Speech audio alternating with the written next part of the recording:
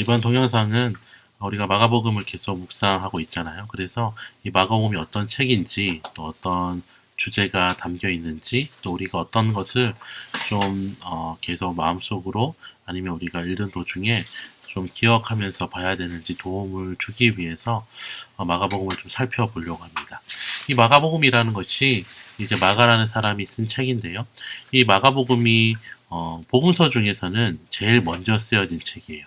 그리고 이 마가복음이 좀 다른 마태복음이나 누가복음이나 이런 것들과 좀 차이가 있는 것만 몇 가지 먼저 좀 소개를 하면, 이 마가복음은 좀 예수님의 어떤 설교보다는 좀 행적이 많이 나와요. 예수님이 어떤 일을 하셨는지, 어디를 갔는지, 이런 이야기가 많이 나오기도 하고, 또 굉장히 이렇게 속도감 있게 그려질 뿐만 아니라 그런 와중에서도 굉장히 디테일하게 묘사가 되어져요. 그러니까 예를 들면 예수님이 이제 어린아이를 내 곁에 오는 거 막지 마라 할 때, 다른 복음서 같은 경우에 그냥 오지 마라, 막지 마라 뭐 이렇다면, 이 마가복음은 제자들 가운데 세우시고 안아서 이런 식으로 굉장히 좀 묘사 같은 것이 많고 디테일이 살아있기 때문에, 여러분들이 좀 본문을 읽을 때 그런 디테일을 좀 집중해서 읽으면 훨씬 좀 유익함이 있을 거고요.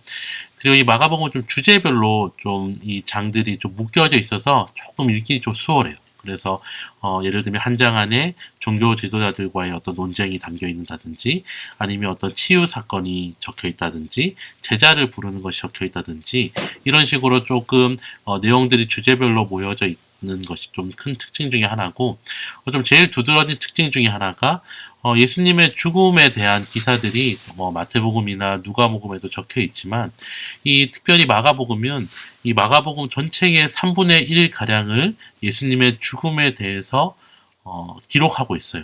그 이유가 이제 이 마가복음의 주제하고 아주 이제 밀접하게 맞닿아 있는데요.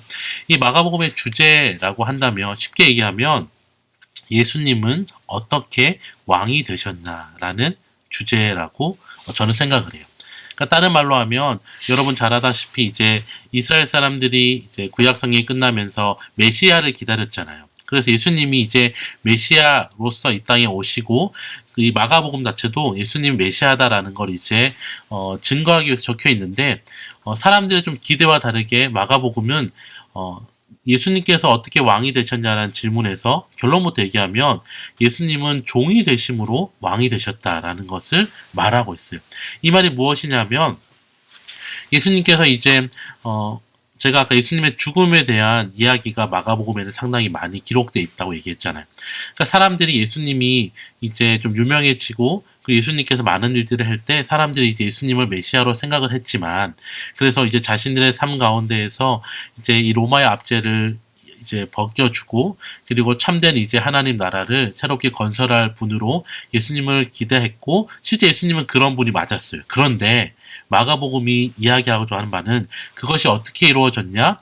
예수님이 진짜로 어떤 군대를 이끌고 로마를 물리침으로 왕이 되신 것이 아니라, 예수님께서는 그러한 목적으로 오셨지만은 오히려 자신의 죽음을 통하여서, 자신을 대속물로 내어줌을 통하여서 진정한 왕이 되셨다라는 것을 말하고 있는 거예요. 그래서 이 마가복음의 대표적인 구절이라 하면 마가복음 10장 45절 말씀인데요. 10장 45절이 인자가 온 것은 섬김을 받으려 함이 아니라 도리어 섬기려 하고 자기 목숨을 많은 사람의 대속물로 주려 함이니라.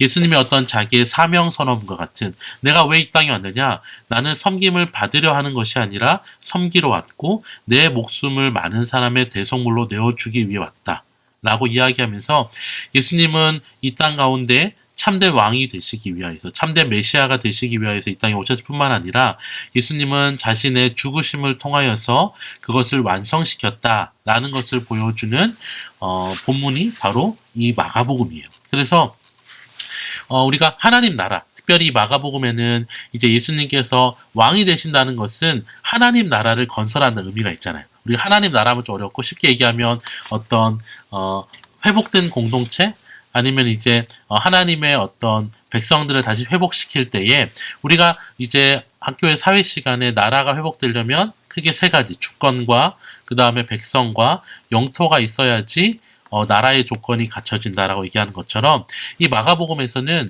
여러분이 이제 이러한 관점을 가지고 읽으면 본문이 갑자기 왜 이런 이야기가 적혀 있지라는 걸 이해할 수 있는데, 예를 들면 갑자기 예수님의 탄생에 대해서 다른 본문에는 많이 나오는데 마가복음은 탄생을 기록하지 않고 갑자기 바로 하나님의 아들 예수 그리스도의 복음의 시작이라고 얘기하면서 세례하는 장면이 나와요.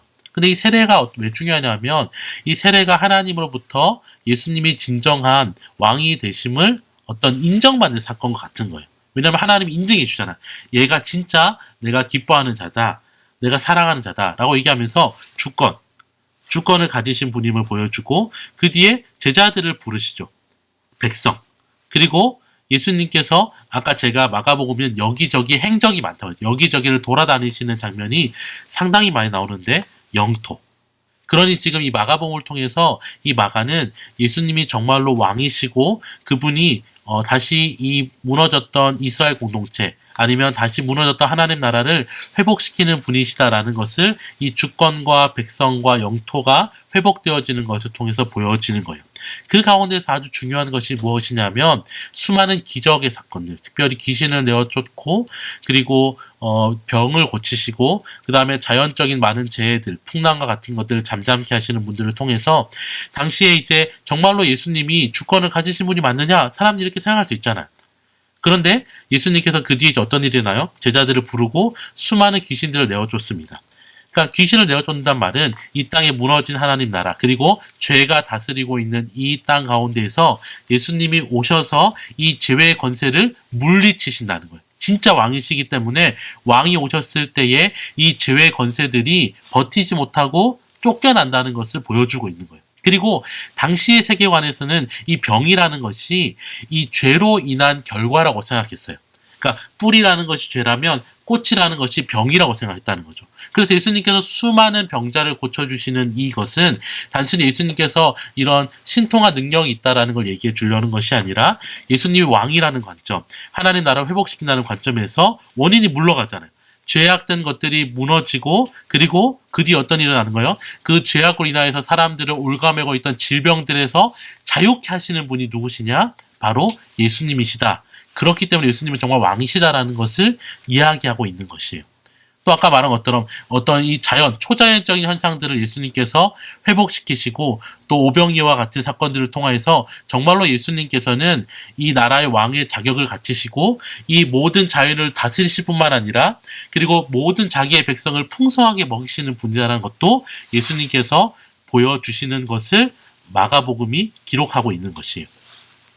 그래서 여러분들께서 이제 마가복음을 계속 보실 때에 여러분들이 마가복음을 읽으시면서 예수님이 어떤 분이신지 또 예수님의 행동을 통하여서 어떠한 일이 일어나는지를 유심히 보셨으면 좋겠고요. 그리고 또 특별히 한 가지 더 여러분께 말씀드리고 싶은 것은 복음이라는 것이 무엇인지라는 질문에 대한 여러분의 좀 고민을 가졌으면 좋겠어요. 왜냐하면 우리가 단순히 복음이라고 하면 그 예수님이 내 죄 때문에 죽고 다시 살아나서 내가 천국 가는 거, 이것만 우리가 복음이라고 이야기하는데 사실 이 마가복음 1장 1절에 보면 하나님의 아들 예수 그리스도의 복음의 시작이라. 이 복음이라는 것이 우리는 당연히 예수님에 관련된 것을 알고 있지만 당시에 복음이다라고 하면 그게 뭐가 복음이냐? 우리는 예를 들면 휴강합니다 이런 복음이라고 얘기하잖아요. 근데 당시에도 그런 의미가 있었어. 어떤 의미가 있었냐면 복음이라면 새 황제가 즉위하거나 아니면 황제가 될 사람이 탄생하거나 아니면 엄청나게 중요한 전쟁에서 이겼을 때의 그 소식을 복음이라 얘기했단 말이에요. 근데 지금 예수님의 이야기를 말하면서 마가가 뭐라고 딱 얘기하고 있어요? 하나님의 아들 예수 그리스도의 복음의 시작이다. 다른 말로 하면 예수님이 이 땅에 오셔서 죽은 그 사건뿐만 아니라 예수님의 삶 전체가 복음이라는 거예요. 다른 말로 하면 예수님이 정말로 왕이시라는 거예요. 그래서 그분의 단순히 죽고 부활한 것뿐만 아니라 예수님이 이 땅에 생하신 그 모든 일들이 우리에게 복음이고 그것이 우리에게 아주 중요하다는 것을 마가는 이야기하고 싶었다는 거예요. 그래서 여러분들께서 이 마가복음을 읽으시면서 복음이 정말 무엇일까? 하나님께서 다스릴 때 어떤 일이 일어나는지를 여러분 살펴봤으면 좋겠고요. 마지막으로 한 가지만 더 얘기하자면 이 마가복음에는 예수님의 이야기와 제자들이 많이 등장해요. 근데 이 제자들이 계속 실패하거든요. 제자들은 뭐 하나 좀 옳게 하는 게 없어요. 마치 우리 창세기에서 믿음의 많은 조상들이 계속해서 실패하다가 점점 성숙해 가는 것처럼, 근데 이 마가복음이 더 심하게 제자가 한 번도 좋은 모습을 보여주질 않아요.